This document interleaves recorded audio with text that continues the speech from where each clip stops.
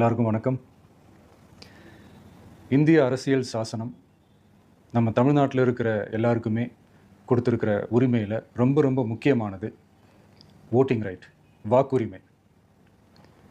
ஒரு மனுஷன் உயிரோடு இருக்கான்றதுக்கு அடையாளமாக இருக்கிறதுல அவனோட ஓட்டுரிமை ரொம்ப முக்கியம். அதனால தான் voting is not only R right but also R life. ஒரு முக்கியமான விஷயத்தை பற்றி இப்போ நான் உங்ககிட்ட ஷேர் பண்ண போகிறேன். இது நான் ஃபஸ்ட்டு கேள்விப்பட்ட உடனே எனக்கே ரொம்ப ஷாக்கிங்காக தான் இருந்தது. இப்போ நான் பேசிகிட்டு இருக்கிற இந்த நேரத்தில் தமிழ்நாட்டில் இருக்கிற நம்ம யாருக்குமே ஓட்டு போடுற உரிமையே இல்லைன்னு சொன்னால் நம்புவீங்களா? நான் நீங்கள் உட்பட யாருக்குமே அது இல்லை. நான் பயமுறுத்துறேன்னு நினைக்காதீங்க, அதுதான் நிஜமும் கூட. கொஞ்சம் ஏமாந்தால் நம்மளை மாதிரியே இன்னும் லட்சக்கணக்கான பேருக்கும் இதே நிலைமை தான். ஓட்டு போடுற அந்த உரிமையே இல்லாத மாதிரி ஒரு நிலைமை வந்தாலும் வரலாம். இதுக்கு மெயின் ரீசன் அந்த எஸ்ஐஆர், ஸ்பெஷல் இன்டென்சிவ் ரிவிஷன், சிறப்பு தீவிர திருத்தம். இப்போது இந்த எஸ்ஐஆர் நம்ம தமிழ்நாட்டில் எப்படி ஒர்க் ஆக போகுது? கடந்த ஜனவரி மாதம் எடுத்த அந்த கணக்கெடுப்பில் 6,36,00,000 வாக்காளர்கள் நம்ம தமிழ்நாட்டில் இருக்கிறாங்க.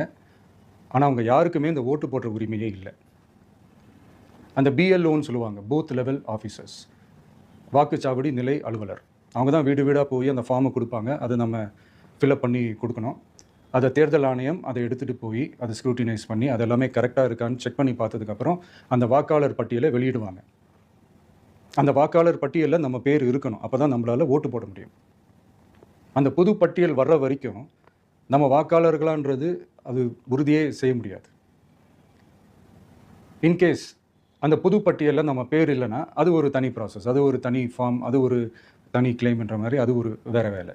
ஸோ இந்த மாதிரி நிறையா சிரமங்கள் குழப்பங்கள் இருக்கிறதுனால மக்களுக்கு இது மேலே ஒரு கன்ஃபியூஷன் ஒன்று இருக்குது. இது என்ன வெரிஃபிகேஷனா, இல்லை ஒரு மறைமுக ரீரெஜிஸ்ட்ரேஷனா, இல்லை இது வந்து ஒரு நியூ ரெஜிஸ்ட்ரேஷன் மாதிரியே தானா அப்படின்ற மாதிரி நிறைய கன்ஃபியூஷன் இருக்குது. அவங்க செய்ய வேண்டியதெல்லாம் ஒன்று தான்.